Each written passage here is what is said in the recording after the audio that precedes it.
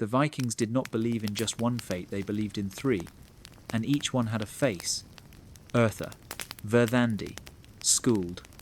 To understand why the Vikings feared these women more than death itself, you have to understand who they were not just as symbols, but as living forces in the Norse mind.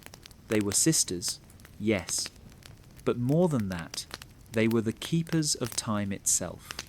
Eartha, the past, held memory like a blade. Everything that had happened, every oath taken, every betrayal, every battle lost or won, she remembered it all. But her memory was not gentle.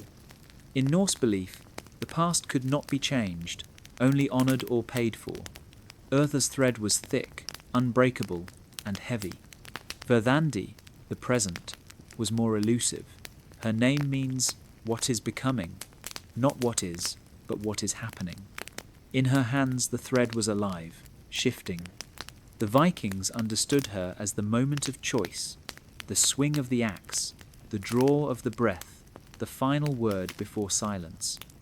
And Skuld was the one they feared most. She carried the weight of what must come. Her name is rooted in the Old Norse word for debt, a thing owed. She didn't simply predict the future, she enforced it. If she held your end, it would come, no matter how far you ran. Even the gods couldn't escape Skuld, and that made her terrifying. But here's the strange part. The Vikings didn't hate them, they revered them. Because in a brutal world where ships sank, crops failed, and winters killed, these three women made sense of the chaos. They gave shape to the storm. Vikings didn't ask the Norns to change their fate, they asked only to meet it well. Together, the three sisters wove more than lives. They wove cosmic order, not just human fates, but the rise and fall of empires, the doom of gods, the burning of the world at Ragnarok, and its rebirth. Even destruction was part of their pattern. When a child was born in a Viking longhouse, people would say, "The Norns have come." It was believed that the sisters visited each newborn, spinning the first threads of their life. Some threads glowed bright, others were already fraying, but all were woven with meaning. To the Vikings, this wasn't fatalism, it was power. Knowing your fate. The Vikings did not believe in just one fate, they believed in three, and each one had a face. Eartha, Verthandi, Skuld.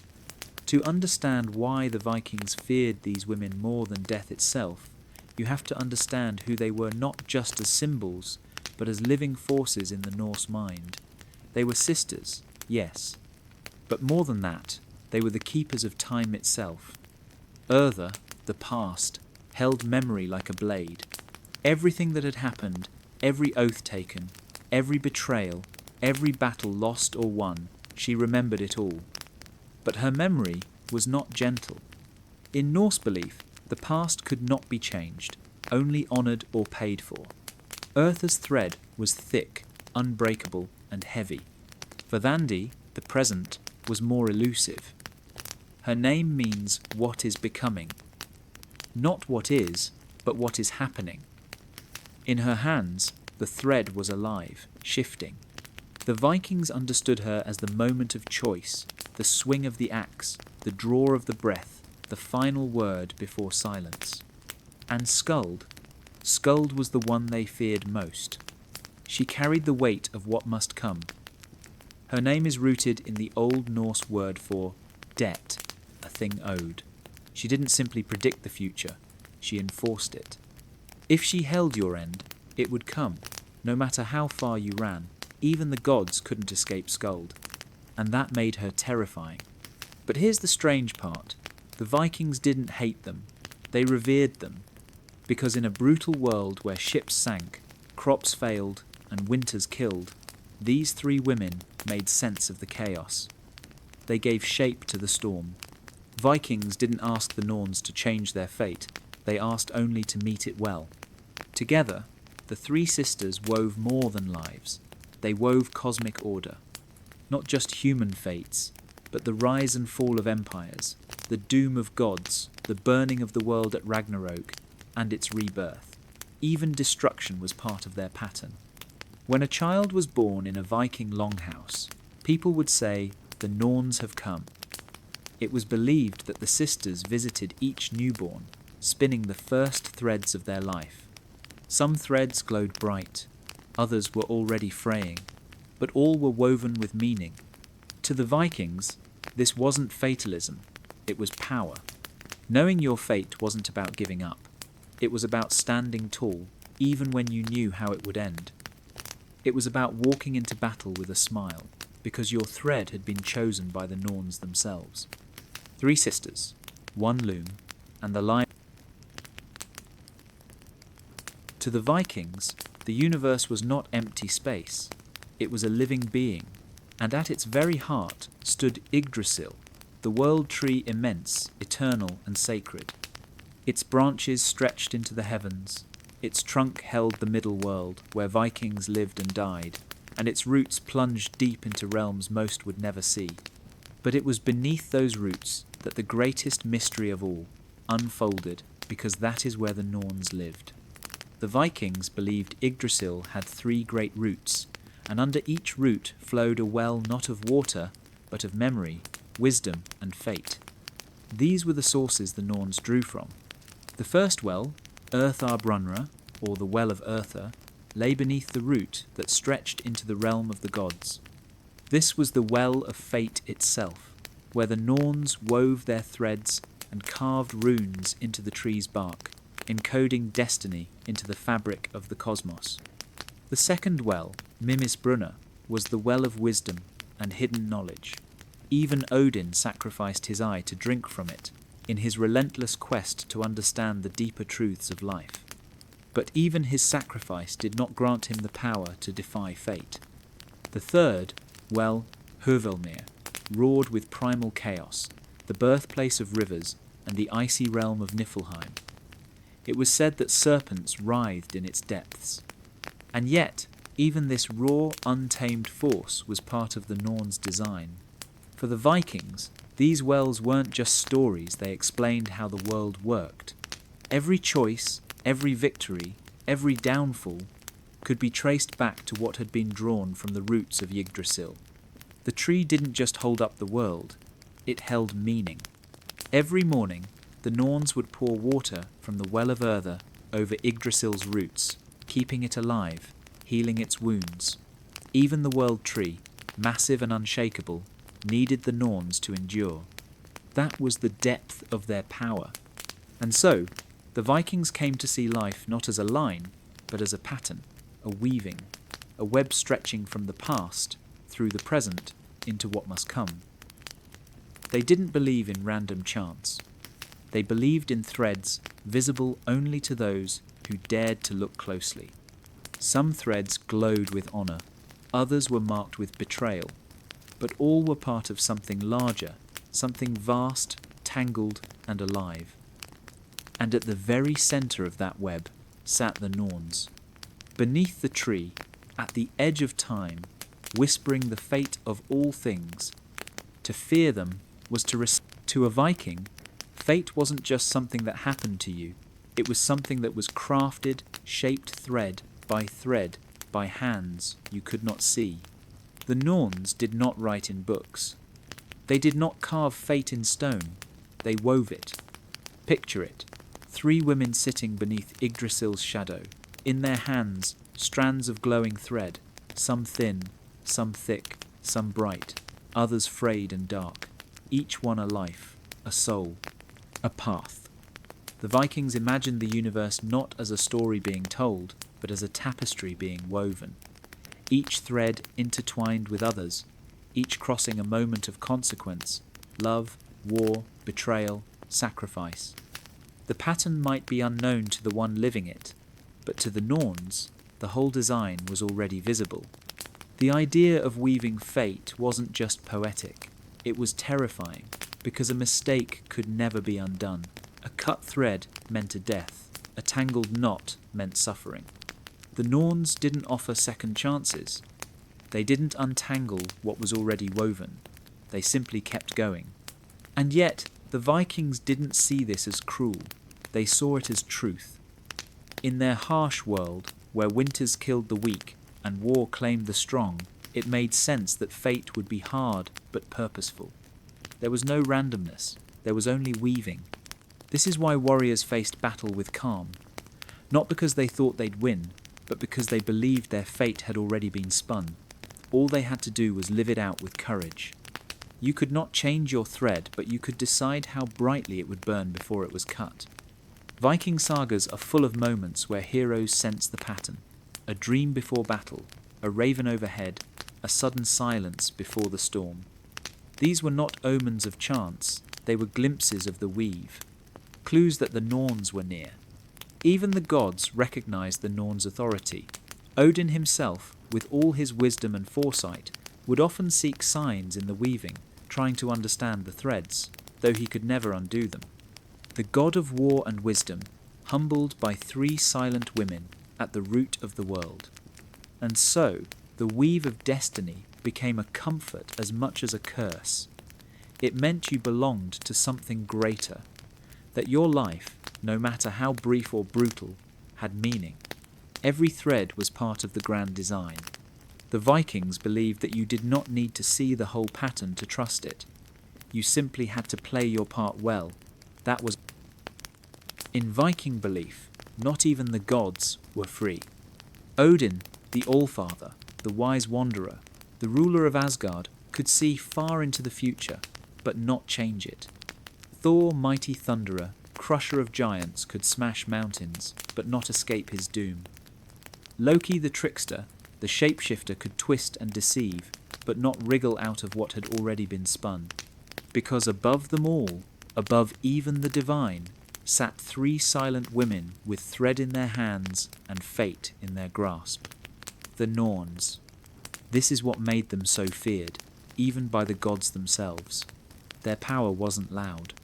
They didn't carry hammers or ride into battle. They didn't command armies or build halls in the sky. But they wove the lives of those who did, and once a thread was spun, not even the gods could break it. In the myth of Ragnarok, the twilight of the gods, the Norns' presence looms large, even though they speak no lines. The end of the world begins not with a declaration from Odin, but with a whisper in the roots of Yggdrasil, a shudder in the threads. The tree groans, the weave tightens, the pattern reaches its breaking point. The gods knew their end was coming. Odin knew he would fall to Fenrir. Thor knew he'd kill Jormungandr, only to stagger 9 steps and collapse. Tyr, Heimdall, Loki, all bound by fate. And none of them fought it. They prepared. That's the difference in the Viking mindset. They didn't see fate as something to resist. They saw it as something to rise to. And so did the gods. Even with the end certain, they did not cower. They sharpened their blades. They rallied their kin. They met their fate head on. Because in Norse thought, how you faced your end mattered more than escaping it. It was never about living forever. It was about making your thread worthy of the weave. Even Odin, who hung himself from Yggdrasil to gain knowledge, sacrificed not to gain power over fate, but to understand it. He gave up an eye. He faced the void, all to glimpse the threads spun by the Norns. But even he couldn't unweave them. This is what gave the Norns their terrifying majesty. They were not villains. They didn't punish or reward. They simply did what must be done. They maintained balance, a pattern, a structure that even gods had to obey. The Vikings saw in this a brutal kind of truth, that no one, not king, not god, was above the pattern. That destiny would come for all. And yet, by accepting that truth, they found a strange kind of freedom. Because if fate is stronger than God, before a Viking ever touched a sword, before a ship's keel scraped against the fjord, signs would come. A dream of drowning in calm waters, a raven that circled a home 3 times before flying west, a child born with eyes too old for its face. These were not seen as accidents. To the Vikings, they were messages, subtle threads tugged by the Norns, pulling fate closer to the surface. The Norns never spoke with words. They didn't appear in the flesh, not as gods did, but their presence was everywhere in the omens, the visions, the sudden silences before battle. Vikings believed the Norns communicated through signs, through strange twists in the world that broke routine and made you pay attention. Before a great death, the air might turn still, wolves might howl at noon, the meat might spoil overnight without reason. The seeresses, the volar, were trained to notice such things. These women, half feared and half revered, walked the edge between the ordinary and the woven. They didn't make fate, but they could read the marks the Norns left behind. Many Vikings would go to the vulva before setting sail or declaring war. She would go into trance, inhale sacred smoke, and listen not to gods, but to the whispers beneath the tree. The deeper she went, the more she could feel where the threads were pulling. Some came back in tears, others returned in silence, because not all fates were glorious, and not all were meant to be delayed. The most powerful sign of the Norns was dreams.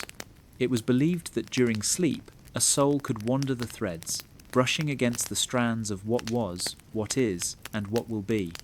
Some dreams were warnings, some were memories of other lives, but all were tangled with the Norns' influence.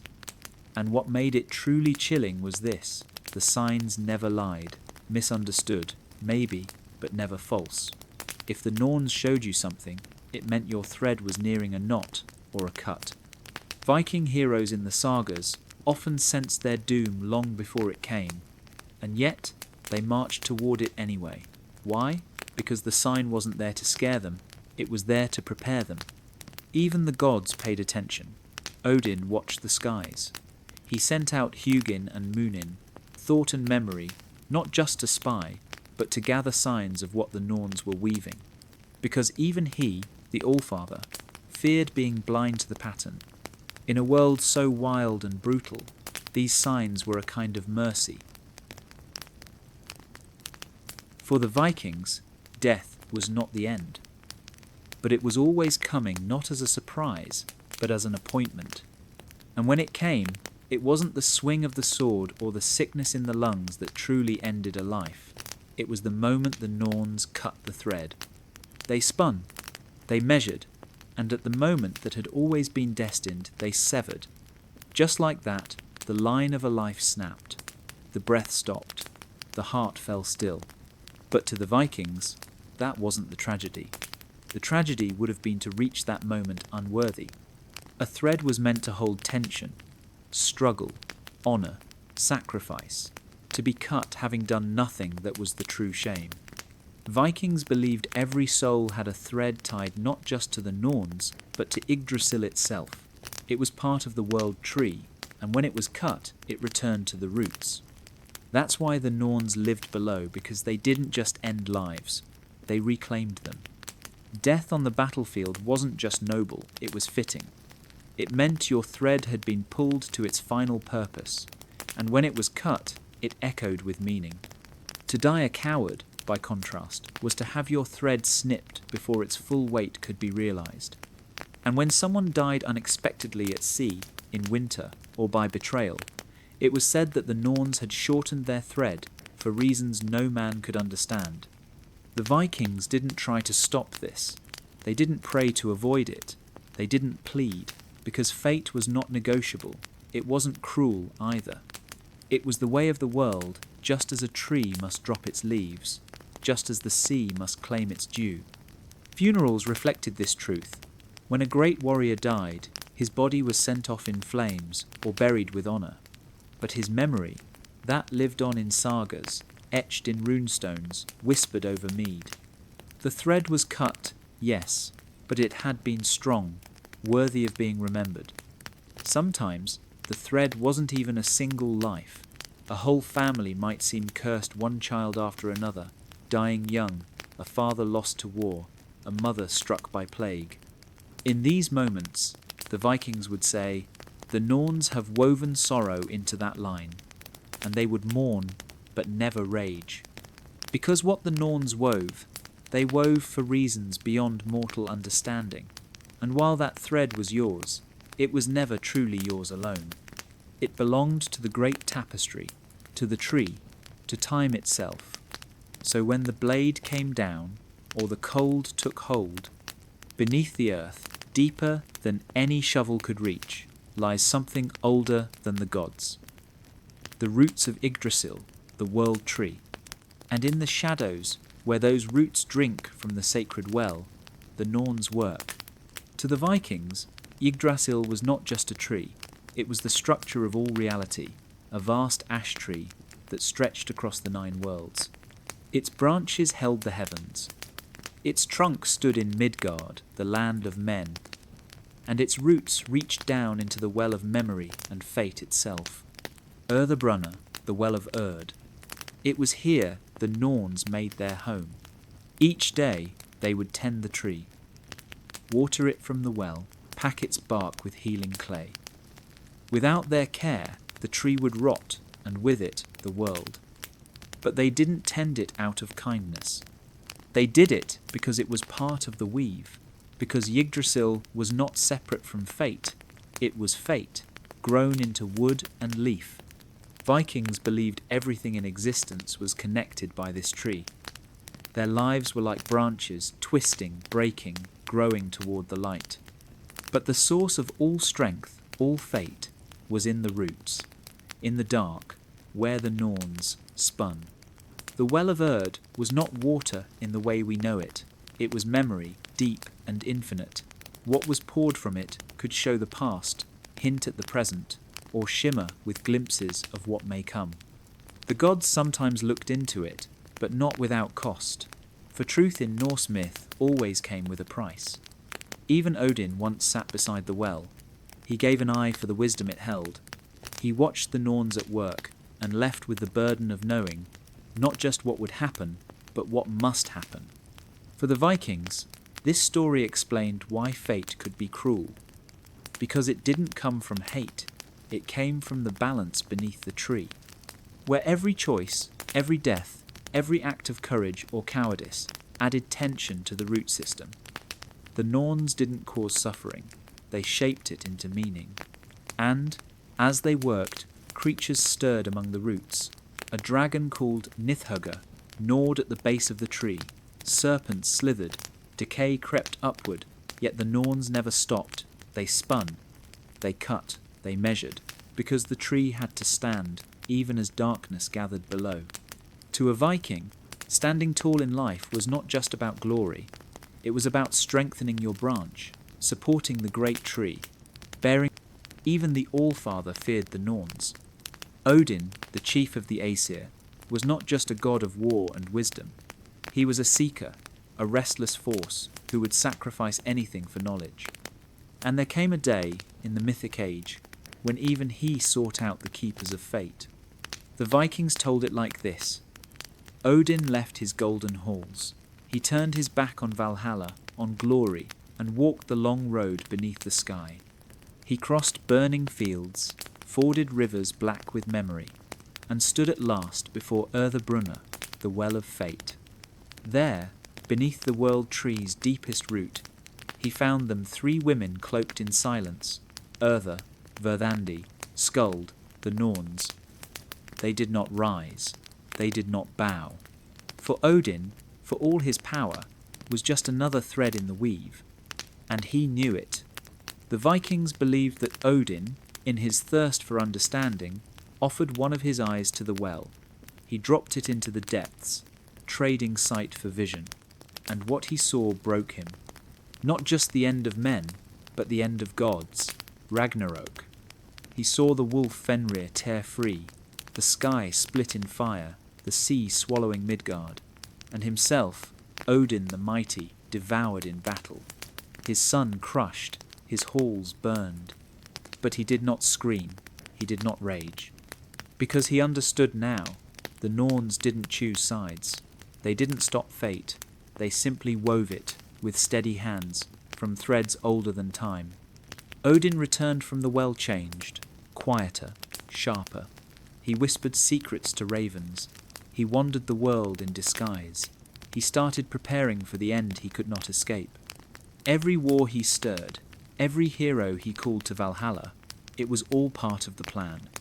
The Vikings revered this story not because it showed power, but because it showed humility. If Odin himself could not alter his fate, then no mortal should try. The lesson wasn't to defy the Norns. It was to honour them, to meet what's coming like a warrior, not a beggar. To the Viking mind, the day Odin watched the Norns was the moment the gods themselves bowed to the truth of the weave. And from that point forward, all who followed him, Vikings who fought, explored, lived and died, did so knowing their fate was part. Even kings, wrapped in fur and crowned with gold, could not escape the thread. To the Vikings, a ruler was not above fate. In fact, the higher he stood, the harder the fall, and the more tightly the Norns pulled his string. Viking kings were not chosen by divine right, but by strength, wisdom, and fate. They were judged not only by battles won, but by how well they carried the burden of their destiny. And that destiny, they believed, was not random, it had been spun by the Norns before their birth. A great king was said to have a long thread, tightly woven and vibrant, but even the strongest rulers feared the moment it might fray. That fear drove them to seek signs in the flight of ravens, in dreams, in blood patterns on the snow. They searched for omens that might reveal what the Norns already knew. Some legends say that the greatest kings could sense their own death approaching, not as a chill or shadow, but as a tightening, like the thread was being pulled taut. Take King Harald Fairhair, the first to unite much of Norway. He dreamed of greatness from youth, and was told by seers that his line would echo through the ages.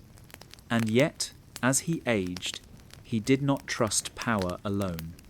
He made sacrifices to the gods. He consulted Volvus. He treated fate not as a servant, but as a force to be respected.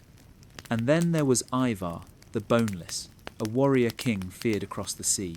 His birth was foretold to bring pain, and his body came into the world strange and soft, but his mind was sharp. His strategies ruthless. Some believed his thread was woven differently, pulled in ways no other man's was. Still, no matter how far they travelled, how many enemies they defeated, the kings of the Vikings knew the truth.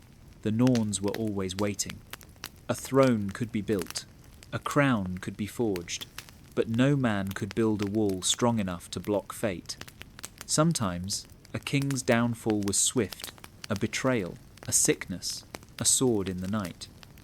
Other times it was slow, a son lost, a kingdom fractured, a final breath taken alone on a cold morning.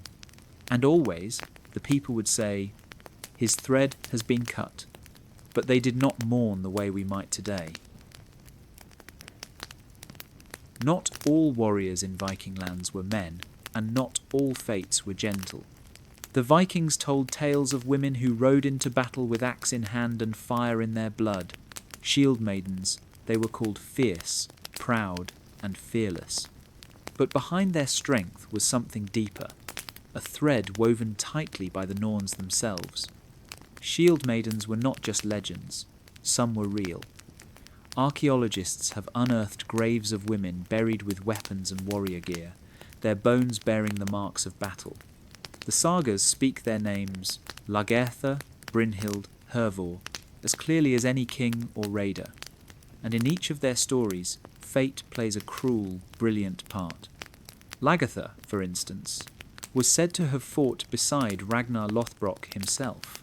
She was not his shadow. She was his equal, saving his life more than once in battle. When Ragnar's thread pulled him toward another wife, Lagertha walked away with her head high, but her sword close. To the Vikings, a shield maiden's fate was more complicated than most. Women were life-givers, hearth-keepers, but those who chose the path of war stood between creation and destruction, and the Norns watched them closely. In the myth of Brynhild, we see what happens when a woman of fate defies the gods. A Valkyrie punished for choosing the wrong warrior in battle. She was cast down from Asgard and made mortal. Her story, tangled in love, betrayal, and vengeance, ends in fire and blood, but to the Vikings, that wasn't a tragedy. It was fate asserting itself. A woman who knew what was coming and walked into it anyway. That was the power of the Shield Maiden, not in avoiding fate, but in choosing how to meet it. Some said the Norns wove more fiercely for women like this. Their threads were tighter, sharper, more vivid, coloured with blood and glory. They were not spared, they were not pitied. But neither were they forgotten. In Viking life, even ordinary women felt this echo. A mother who buried her child, a widow who held a farm together through famine, a daughter who chose exile over shame. These two were warriors in their own way. Their fates mattered. Their threads shaped clans, generations, and legends. So when the longships returned from raids and the warriors sang their songs, they did not forget the Shield Maidens. They whispered. To the Vikings, the sea was more than water. It was a living thing, a force with moods, tempers, and secrets. And when a storm rose without warning, smashing longships like twigs and dragging warriors into the black, they did not blame the wind. They blamed the Norns. The Norns, they believed, did not only weave the fates of people, they wove events, storms, famines, battles, the crack of lightning on a sunny day, that too was thread. Every Viking voyage was a risk, and before setting sail, warriors made offerings. They didn't just pray to Njord or Aegir, gods of the sea. Some whispered to the Norns, begging them not to tighten the thread too soon, because once your ship left the fjord and slipped into open waters, your life was no longer your own. They said the Norns could stir the wind with a glance, that if they wove your end to come by sea, no sail or shield could save you. You could be the strongest oarsman, the fiercest berserker, the cleverest navigator, and still vanish beneath a wave with no trace. Many sagas describe such deaths. A warband of 30 men lost to a sudden squall. A king's funeral ship swallowed before it reached the horizon. A trader who never returned, though his dreams had promised riches. These stories weren't told with despair. They were told with reverence. Because to die by storm was to be claimed by something older than the gods. Vikings did not fear death at sea. They feared a meaningless end. But a storm, sent by the Norns, was never meaningless. It meant your thread had been cut with purpose. It meant your name would be remembered. And so they sang songs to the waves. They carved sea dragons onto their prows, not to scare enemies, but to honour the mystery. They read omens in the clouds, the seabirds, the shape of the foam, not to escape their fate, but to understand it. There were tales of those who tried to defy the weave, a Jarl who paid witches to charm the winds, a raider who sacrificed slaves to calm the sea. Some escaped their storm once, but the thread always catches up, and when it does, it snaps harder. In the end, every Viking knew this truth. No man commands the sea, no man commands his fate. The Norns wove even the wildest winds, and when a voyage ended in thunder, they were only finishing what had already begun. So when the storm comes, when the sail tears, and the mast breaks, and the sea turns black, the Viking does not scream. The Vikings did not write stories like we do. Their memories weren't inked in books, but carved in stone in jagged, angular runes, etched into wood, bone, and the faces of towering stones that still stand today. But these weren't just words. To the Vikings, runes held power and fate. They believed each rune carried meaning beyond language. That carving them wasn't just a way to record events. It was a way to anchor destiny. The act itself was sacred, guided, perhaps, by the hand of the Norns. Some runes marked a warrior's death, declaring who he was and how he died. He fell in the east with his axe in hand. Others were simple names or prayers to Odin, but occasionally a deeper message appears, one that feels more like a whisper from the past than a record. Only fate decides. The thread was short. He did not fear the end. In these phrases, carved 1,000 years ago, we hear it clearly, the Viking obsession with fate. Not as a warning, but as a truth. They didn't fear the idea that their lives were mapped out. They embraced it. They saw beauty in surrender, not weakness, but honor. Some rune stones were erected by grieving families, others were commissioned by warriors for themselves while still alive, knowing their thread would one day be cut.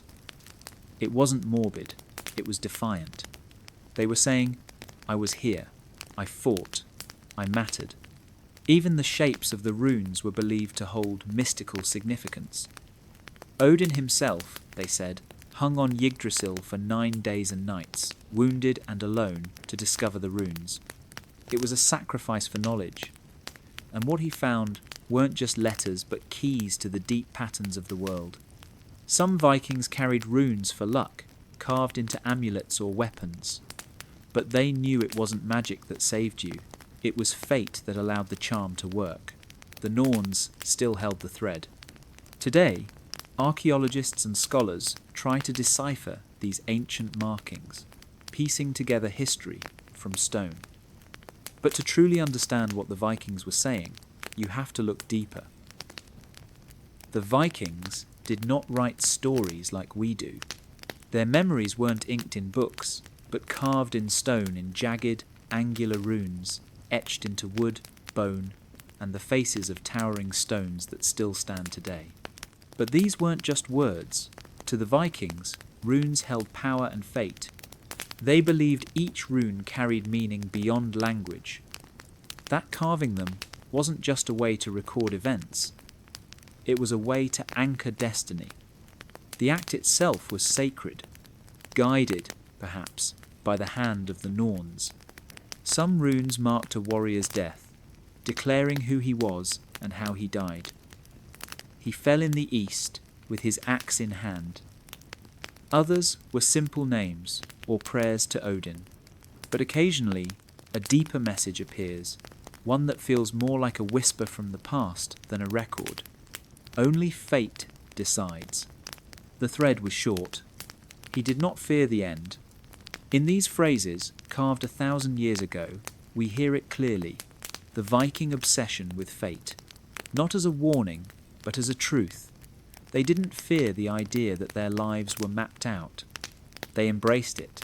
They saw beauty in surrender, not weakness, but honor. Some rune stones were erected by grieving families, others were commissioned by warriors for themselves while still alive, knowing their thread would one day be cut. It wasn't morbid, it was defiant. They were saying, I was here, I fought, I mattered. Even the shapes of the runes were believed to hold mystical significance. Odin himself, they said, hung on Yggdrasil for 9 days and nights, wounded and alone, to discover the runes. It was a sacrifice for knowledge. And what he found weren't just letters but keys to the deep patterns of the world. Some Vikings carried runes for luck, carved into amulets or weapons. But they knew it wasn't magic that saved you. It was fate that allowed the charm to work. The Norns still held the thread. Today, archaeologists and scholars try to decipher these ancient markings, piecing together history from stone. But to truly understand what the Vikings were saying, you have to look deeper. To the Vikings, kings were not chosen by the people, and not even by the gods. They were chosen by fate. A warrior could win battles, claim land, even wield a sword like fire. But unless the Norns had spun his thread to rise, he would never wear a crown. And if they hadn't woven strength into that crown, it would crack in his hands. In Viking sagas, we see again and again, fate exalts and fate destroys. Take the tale of Harald Fairhair, the first king to unite all of Norway. As the legend goes, he vowed not to cut his hair until he had conquered every petty kingdom. For 10 years he fought, his tangled hair growing long and wild, until finally the land was his. But even then the people whispered, it wasn't his sword that won the realm. It was the will of the Norns. Some kings ruled wisely, others burned everything, but all of them, good or cruel, were believed to be living out a thread spun long before they were born. Their rise was inevitable, so was their fall. And when fate turned against a king, it did so savagely. Like Olaf Tryggvason, a Christian Viking king who tried to convert his people by force. At first, the winds favoured him. His fleet was strong, his vision fierce. But at the Battle of Svolder, his luck vanished. Surrounded, betrayed, defeated. He leapt into the sea and was never seen again. To the Vikings, that wasn't just bad luck. That was the Norns cutting the thread. This idea gave power, but it also gave fear. Kings consulted seers. They sacrificed to Odin. They surrounded themselves with sorcerers and poets, hoping to glimpse their fate and maybe change it. But fate, once woven, does not bargain. Even the bloodlines of kings were laced with mystery. Some claimed descent from Odin himself. Others swore they were born under omens, storms, eclipses, strange births. These signs weren't just stories. They were proof. Fate had touched them. And so, when a child showed courage, or a young warrior returned from raids with uncanny luck, the old ones would nod and say, "He's marked. The Norns have plans for him." Yet no one could say what that plan truly meant: glory or ruin. For the Vikings, leadership wasn't a gift. It was a burden spun tight around the soul. A king walked with his head high, but always beneath a shadow, because even the mightiest crown could not defy what had already been. In the stillness of the Viking night, when the longhouse fires faded to embers, and even the hounds stopped stirring, the dreams would come. Not all were ordinary. Some were sharp as blades. Others came with whispers, voices not from this world. And when a Viking dreamt of blood, ships, or shadows in the sky, he did not wake and forget. He went to the seer. Because to the Vikings, dreams were more than sleep-born visions. They were messages spun by the Norns and sent through the veil. Many sagas begin with a dream. A wolf tearing through sheep, a tree split by lightning, a stranger walking out of fire. These weren't just symbols. They were glimpses of fate, raw, unfiltered, and terrifying. The Norns didn't always speak in words, but they could speak in dreams. Women especially were known to receive these visions. Shield maidens, seeresses, mothers, some were gifted, others cursed. A dream might foretell a son's death, a raid gone wrong, or a coming storm no sails could outrun. And though the dreamer might beg for it to be changed, there was only ever one answer. What is woven cannot be undone. Even warriors feared certain dreams.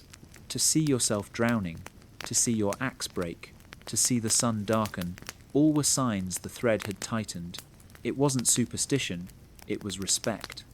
They had seen too many dreams come true to doubt their power. Yet not all dreams brought doom. Some showed a shining hall, a great feast, a father smiling beyond the grave. These were visions of Valhalla, a promise that, if fate cut your life short, glory still waited on the other side. These dreams were cherished. They gave courage to charge into battle, to meet death not with fear but fire in the eyes. There are tales of Viking chieftains waking from dreams so vivid they changed their plans by dawn, raids cancelled, journeys delayed, and sometimes lives spared. Because who would challenge a message from the Norns? The wise ones said that not every dream came from fate.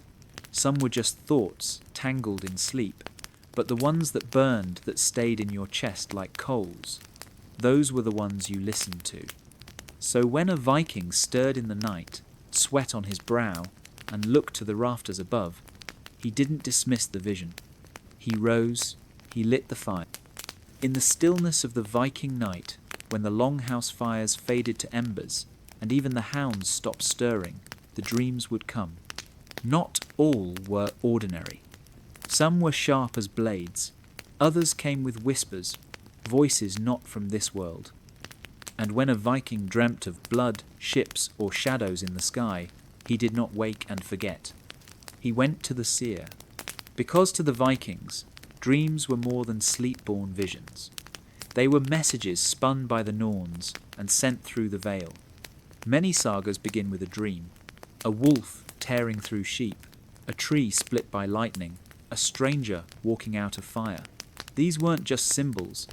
They were glimpses of fate, raw, unfiltered, and terrifying. The Norns didn't always speak in words, but they could speak in dreams. Women especially were known to receive these visions. Shield maidens, seeresses, mothers, some were gifted, others cursed. A dream might foretell a son's death, a raid gone wrong, or a coming storm no sails could outrun. And though the dreamer might beg for it to be changed, there was only ever one answer. What is woven cannot be undone. Even warriors feared certain dreams. To see yourself drowning, to see your axe break, to see the sun darken, all were signs the thread had tightened. It wasn't superstition, it was respect. They had seen too many dreams come true to doubt their power. Yet not all dreams brought doom. Some showed a shining hall, a great feast, a father smiling beyond the grave. These were visions of Valhalla, a promise that, if fate cut your life short, glory still waited on the other side. These dreams were cherished. They gave courage to charge into battle, to meet death not with fear but fire in the eyes. There are tales of Viking chieftains waking from dreams so vivid they changed their plans by dawn, raids cancelled, journeys delayed, and sometimes lives spared. Because who would challenge a message from the Norns? The wise ones said that not every dream came from fate. Some were just thoughts tangled in sleep, but the ones that burned, that stayed in your chest like... When Viking warriors marched to war, they did not only carry axes, spears, and shields. They carried the weight of their fate, already woven. The clash of iron and the scream of men were not chaos to them. They were a dance one the Norns had choreographed long before the first war horn blew. Every swing, every death, every last breath drawn beneath a stormy sky had already been decided beneath the roots of Yggdrasil. To the Vikings, a battlefield was sacred, not because of glory, but because it was where fate revealed itself.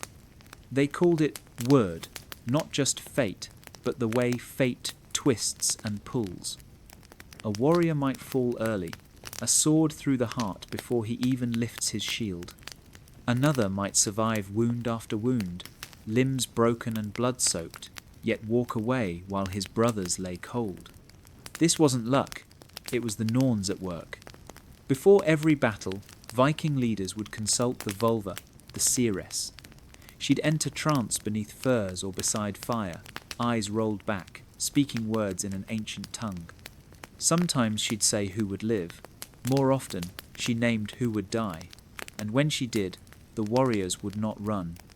They would thank her, because to die, knowing your fate, was a gift. A man who knew his thread was ending could meet death with steel in his hand and pride in his chest. And that mattered not just to the Vikings, but to the gods. To fall in battle was no tragedy. It was a path to Valhalla, the hall of the slain, where warriors feasted with Odin and prepared for Ragnarok. But only those whose fate called them there could enter. So when blades clashed and shields shattered, Vikings fought not just for land or plunder, but to meet the fate the Norns had written for them, to die well, or live until the thread pulled taut. In one saga, a Viking named Hakon stood alone against a dozen foes. His brothers had fallen. Blood ran in rivers. He knew he would not leave the field.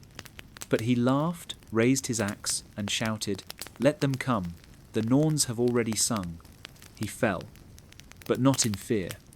And in death, he was remembered not because he fought, but because he accepted what had already been spun. To us, fate is invisible. But to the Vikings, it was the battlefield itself, not in the noise, but in the space between each heartbeat, each blade swing, each choice. Not even kings escaped the Norns. To the Vikings, a crown meant nothing to fate. Gold could not bribe the spinners beneath the world tree. Power could not untwist a thread already pulled tight. And many rulers bold, ruthless, ambitious learned this the hard way. There is an old saying from the north: the higher the branch, the harder the fall. In Viking sagas, kings rise and fall like the tide. Some rule for decades, their names carved into stones and sung by skalds. Others burn bright and vanish in a single season, betrayed, defeated, forgotten, but none ever rule outside of fate. Take King Harald Fairhair, the first to unite Norway under one banner, a man of vision, strength, and fury. He won battle after battle, sailing the length of the land. But even Harald, in the end, aged and faded. His victories were many, yet the Norns gave him no escape from the quiet death that came for all men. Or Olaf Tryggvason, a king of fire and faith, who brought Christianity to Viking lands with a sword in hand. He dreamed of changing the north forever, but his fate lay in the waves. Surrounded at sea by enemies, he leapt from his ship, vanishing beneath the dark waters of the Baltic swallowed, just like his thread. The seeresses always warned, a king's crown is not made of gold, it is made of time. The Mateti won 7, 2 not crowned. Kings would consult the Volva in secret. They feared her more than any enemy. One wrong word, one shadow in her vision could shake a throne, and still they came. Because they needed to know, how long is my thread? Will I die by axe or by poison? Will I be remembered or erased? Some tried to fight fate. They built fortresses, amassed armies, burned villages to silence prophecy, but the thread frayed just the same. Others embraced it. There were kings who walked into battle knowing they would not return, not out of despair, but devotion. If the Norns had spoken, then what was there left to fear? Only the unwise tried to outrun their destiny. The wise learned to rule within it. To be a Viking king was not to master fate, but not every Viking feared the Norns from afar. Some sought to speak to them, and those who dared were women. In the Viking world, where strength was measured in blade and blood, there lived a quieter, stranger kind of power held by the Volor, the seeresses. These were not shield maidens. They did not fight with axes, yet even chieftains and kings bowed before them, because the Volur were believed to speak with the Norns. Wrapped in cloaks of dark wool, carrying staffs carved with ancient runes, these women walked the edge of the world between the living and the dead, between past and what had not yet come. When they entered a hall, the fire dimmed, conversations hushed. Even the bravest Vikings lowered their eyes. They were feared not for their wrath, but for their sight. To become a Volva was not a choice, it was a calling. From girlhood, signs would appear, dreams that came true, animals that followed, storms that arrived when she sang. Some were shunned.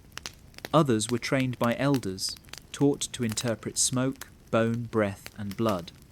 When they entered trance, it was said they walked beneath Yggdrasil beside the Norns themselves. Not to control fate, no one could do that, but to listen, to catch a whisper, a warning, a name.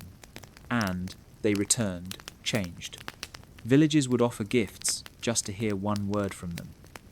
Before journeys, raids, marriages, and wars, the seeress would be summoned. Sometimes her words were clear. Other times she spoke in riddles, her voice far away, her eyes fixed on something no one else could see. Don't go west, she might say. The sea has already claimed you.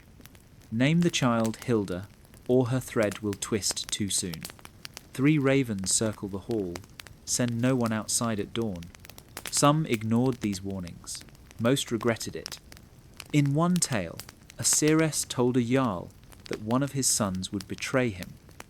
Furious, he banished her. But as the snows melted, his youngest son drew steel in the night.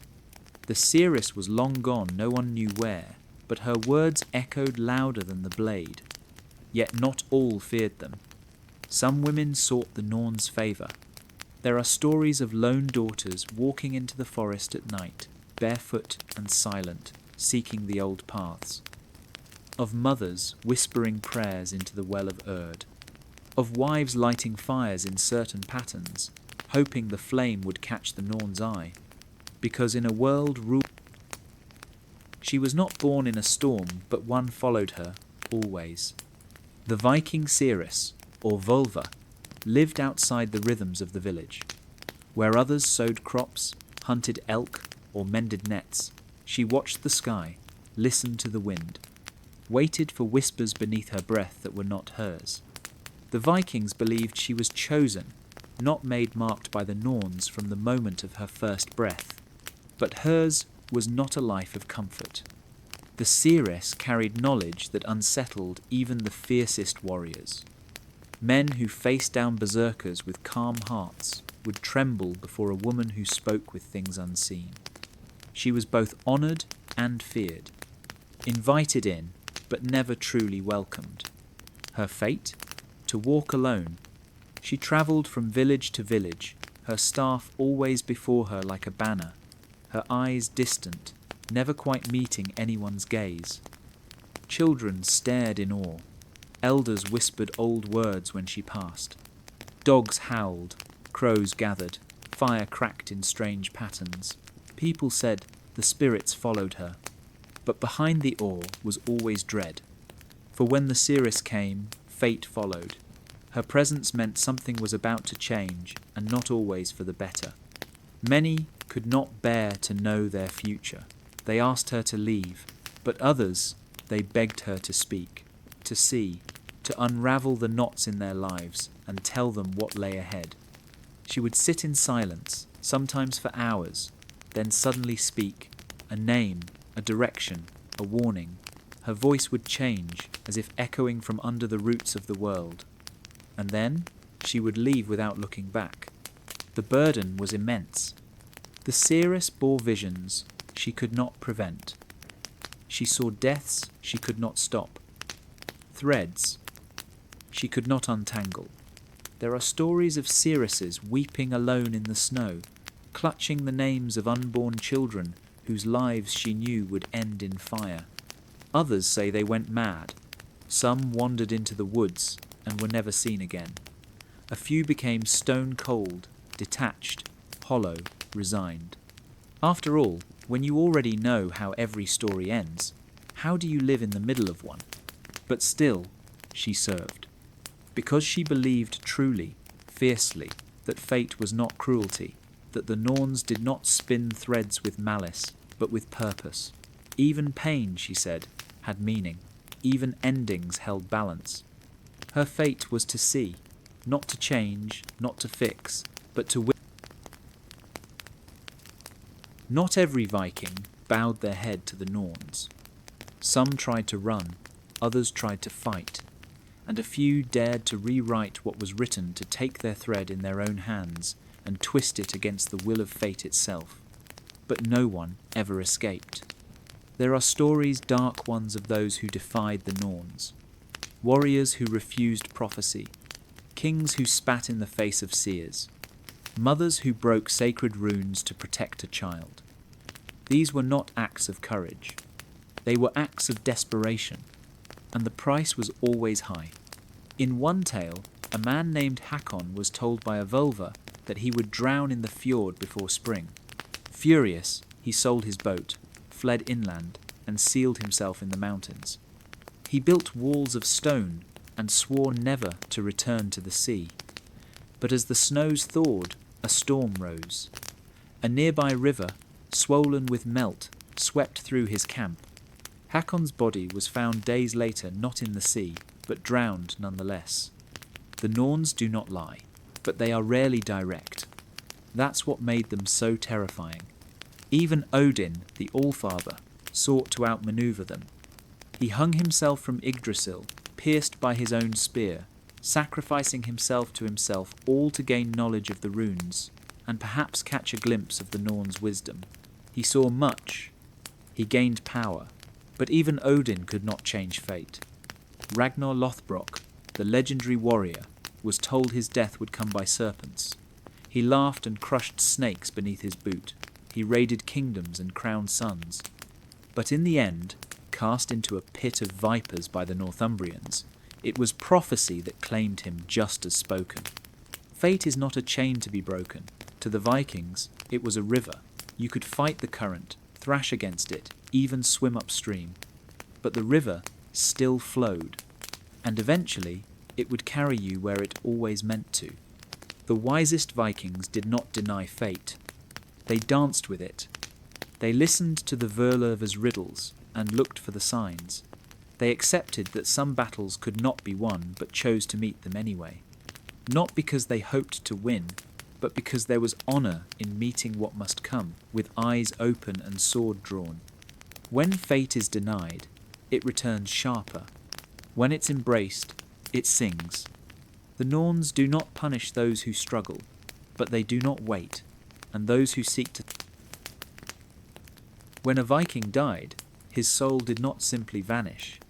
It returned not always as a ghost, but as a presence, a weight in the air, a flicker in the flame, and always a thread. The Vikings believed that death was not the end of the thread, but its release. The Norns cut it, yes, but the fibres remained, woven into the great tapestry of the world. The dead were not gone. They were part of the weave, whispering from beneath the surface. In the longhouses of the north, warriors spoke of dreams where dead brothers gave warnings. Women lit candles at night when the air turned still and heavy, murmuring names of those lost. Horses refused to ride past certain stones. Crows circled homes where no one had died yet. To the Vikings, these were not superstitions. They were truths. The dead left signs.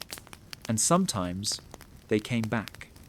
Not as the undead, but through memory, through prophecy, through dreams that tasted like salt and blood. A mother might hear her son's voice call to her from the forest days before a messenger arrived to announce his death in battle. A warrior might see his father's shadow watching him from the mead hall fire, just before his fate turned. The Norns wove even the dead into their design. Some spirits were restless, not because they feared death, but because their fates had not yet settled. They lingered near the living, not to harm, but to remind, to push, to guide. These were called Fylgjur spirit followers, sometimes ancestral, sometimes born of fate itself. They were protectors, or warnings. A child born during thunder might carry the Fylgjur of a slain warrior. A daughter who dreamed of wolves each night might be carrying the shadow of an ancestor who never found peace. These were not curses, but messages. Threads connecting the living to the story still unfolding. Even in Valhalla, the honoured dead were not finished. The Vikings believed those who feasted in Odin's hall would one day return on the field of Ragnarok, that their fate was not complete until the final battle. The Norns, it was said, did not weave only for life. They spun the dead into what must still come. So when a loved one died, the Vikings did not say goodbye. They said, "We will meet again at the end of all things."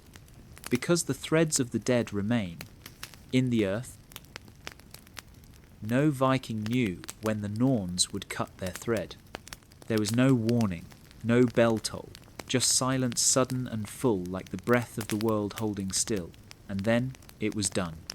One life, snipped from the weave, never to return the same way again. To the Vikings, this final thread was sacred. It was not feared, it was faced. The moment of death wasn't only about how a Viking died, but when.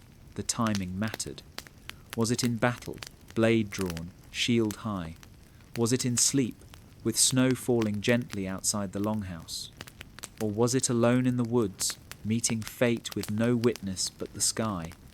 Every ending revealed something about the life that came before. There were no accidents in the Viking world. If someone fell from a cliff, it wasn't chance, it was the Norns. If a child died young, it was not punishment, it was purpose. Painful, yes, but meaningful. because the weave required every thread to hold its shape, even the shortest ones. And so, the final thread was honoured. When a Viking passed, their body was prepared with care. Weapons were laid at their side, runes carved, prayers spoken. Sometimes a ship was burned, carrying the dead across the sea of the unknown. Sometimes a mound was raised over their bones, stones marking the shape of their memory. But in every ritual, one thing was certain. They had returned to the Norns. The Vikings believed that when a person died, their thread did not simply vanish, it returned to the Well of Erd, where it was dissolved into memory, into the great pool of fate from which all life flows. Nothing was wasted. Every joy, every wound, every heartbeat became part of something larger than one life. And what of those left behind? They mourned, yes, but they also listened, because sometimes, in the days after death, dreams grew vivid, flames cracked in strange rhythms, ravens gathered, winds carried words they shouldn't. The dead didn't speak with voices, they spoke with presence, with timing, with signs. The Norns had finished one thread, but they were still weaving the others, and in that weaving, the dead remained. The final thread is not the end of the story. It is the end of a line one that will be tied, looped, knotted into new beginnings. Sons would rise from fathers, daughters would carry the dreams of mothers. A name whispered at a funeral might be given to a child born 9 months later. The Norns do not waste thread, and the Vikings knew, if you live well, the Vikings are gone. Their longships rot beneath lakes. Their bones lie buried under farm fields and forest paths. The mead halls are silent. The fires have gone cold, but the weave remains. The Norns still whisper. To those who listen closely in dream, in storm, in the quiet moments before sleep, there is a hum beneath the world. Not a sound, but a rhythm, the pull of something ancient and very much alive. Because the stories of the Vikings were never just about war or conquest. They were about fate and the people who dared to walk beside it. The Norns wove the destinies of kings and slaves alike. They didn't choose who was great, only when greatness would be revealed. And those who lived with honour, courage, and clarity, they did not vanish when they died.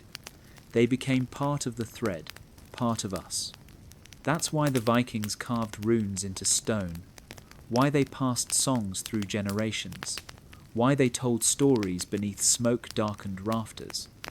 Not to remember the past, but to keep weaving it into the present.